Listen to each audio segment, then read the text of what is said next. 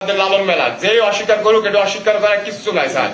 এই মেলা হয়, আমরা দেখি, আমরা 11তম দেখছি এবং বিভিন্ন সময় দেখতেছি স্যার। আমাদের কথা যে আমরা মাদকের পক্ষে না, আমরা চাচ্ছি যে মাদকের বিপক্ষে, কিন্তু এটা তো সিস্টেমেটিক করতে হবে। যারা সাধু সন্ন্যাসী, যারা ঘর বাড়ি ত্যাগ করেছে, তাদের জন্য কি স্যার? স্যার তাদের তো আমরা তো সংশোধন করবো, তারা আমাদের ইসলামের পথে দাঁত দেবো, শান্তির পথে দাঁত দেবো। আপনার নাম কি? স্যার আমার নাম মুস্তাফিজুর রহমান। মুস্তাফিজুর রহমান। জি স্যার। আপনি মাদকের কথা বলতেছেন তো ডিস্ট্রিক্ট ম্যাজিস্ট্রেটের সামনে বসে। স্যার এটা তো আমাদের আলোচনা স্যার। এটা যে কত বড় ধৃষ্টতা, ঠিক আছে? আপনি বুঝতে পারছেন? আপনি কি অ্যাডভোকেট? জি স্যার। এটা গণতান্ত্রিক দেশে এইভাবে নেবেন না। আপনি কিসের অ্যাডভোকেটই করছেন? স্যার আমি চিটাগাং ইউনিভার্সিটি থেকে পড়াশোনা করছি, এলএলবি এলএলএম। আপনি জানেন না যে ডিস্ট্রিক্ট ম্যাজিস্ট্রেটের সামনে বসে আপনি একটা গুরুতর বিষয় কথা বলতেছেন? এইটুকু সেন্সও আপনার নাই?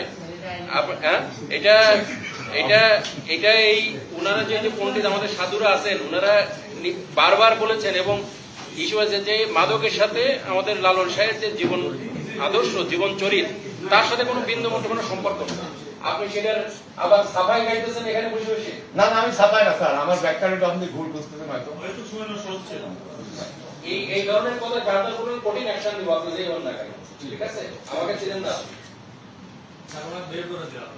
না না, আপনি আসছেন, কিন্তু এই ধরনের কথা খবরদার ভুলে উচ্চারণ করবেন না।